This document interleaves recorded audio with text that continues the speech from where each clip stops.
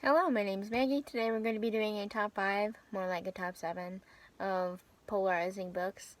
I added a couple of honorable mentions, so let's just get into it. This first book, I kind of understand why people may not like this book, but it's also like, well, it's literally your choice to literally hate on people who are homosexual and whatever else. That's literally your choice.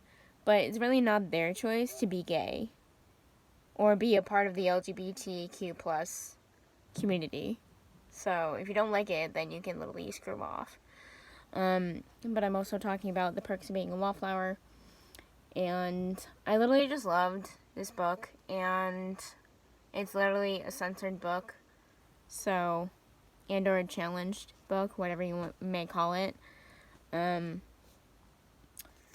But yeah, I literally just, I don't condone, I don't really really want to tell people to have sex and all that, but if you are doing you, then yes, by all means, fucking be yourself. But this next book I actually read in 2012 and then reread in 2015. Because of the last movie coming out back then, and I literally understand why people may not like this book, but I loved it both times that I freaking read it. So there you go. I'm talking about The Hunger Games by Suzanne Collins, and I feel like this literally makes you really think about the world, and currently for the United States of America, this could actually fucking happen with the current president. And that's scary, to be honest. Seriously, think about it. Anyway, this next book is no stranger to my channel. Obviously, partially because of my username. And I literally talk about it all the time. And I have literally loved this book series for 20 plus years. And it has been my life for that long.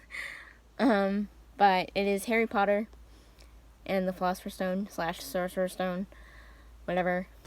And I literally just love this book. And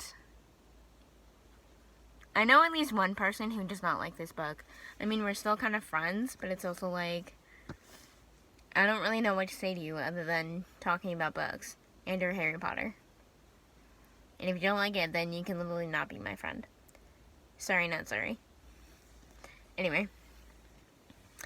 This next book I actually read in 2014, and this was my first John Green book, as for maybe most people, because it came out 7 years ago, wow.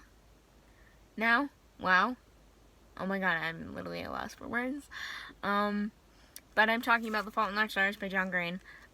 This was my first John Green book.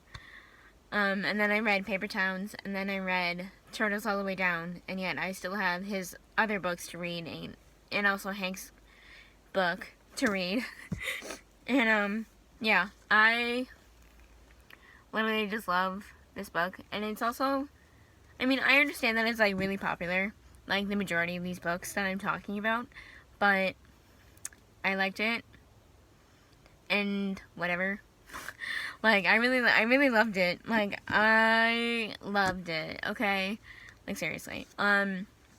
This next book, I actually thought that it was good, / okay, / it was still good, but I feel like it's also well,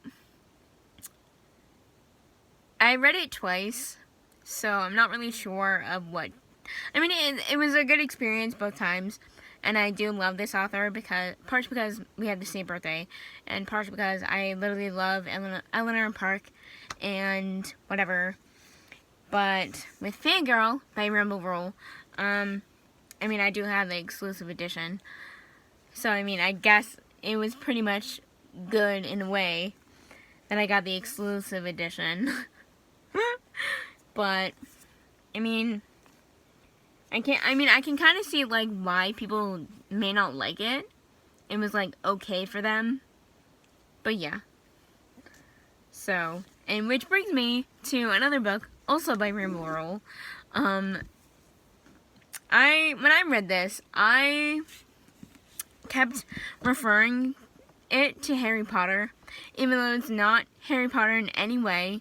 I mean, like, yes, it has, like, some Harry Potter aspect to it, but it's also, like, it's not Harry Potter in any way, other than what the storyline is, maybe, if at all. Some parts of the storyline, like, you know, but I'm also talking about Carry On by Rainbow Rowell. I mean, I liked it, but I don't think I would really, like, recommend it. I mean, yeah. Obviously, Kat from Catty-tastic loves this book. She read it multiple times, blah, blah, blah, whatever. I understand that. That's her opinion. This is my opinion. We are two completely different people, and that is okay. So, yeah. I kind of understand why people don't like this book, and why it's like either a hit or a miss for people. So, yeah, basically. And actually, I read this like 4 years ago, I want to say. Yeah, I think 2015. I'll have to look. But, yeah. Anyway, this last book, I actually, not recently, but I got the 10th anniversary edition of this book, and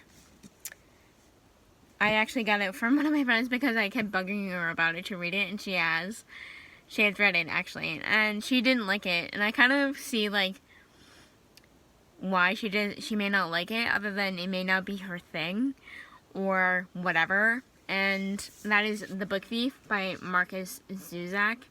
He was actually, I think he was literally my first, like, Australian author that I've read, so, yeah, and this was, like, I think this may have been, like, my first historical fiction that I actually liked.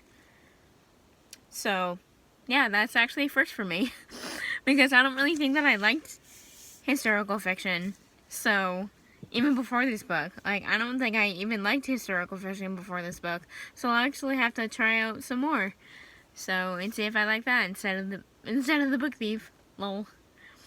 Alright, actually, I truly understand why people may not like this. Obviously, all these books, including The Book Thief, are hit or miss, so, yeah. But, yeah, that's it. So I will see you next week for another new video if I don't miss it. So, bye!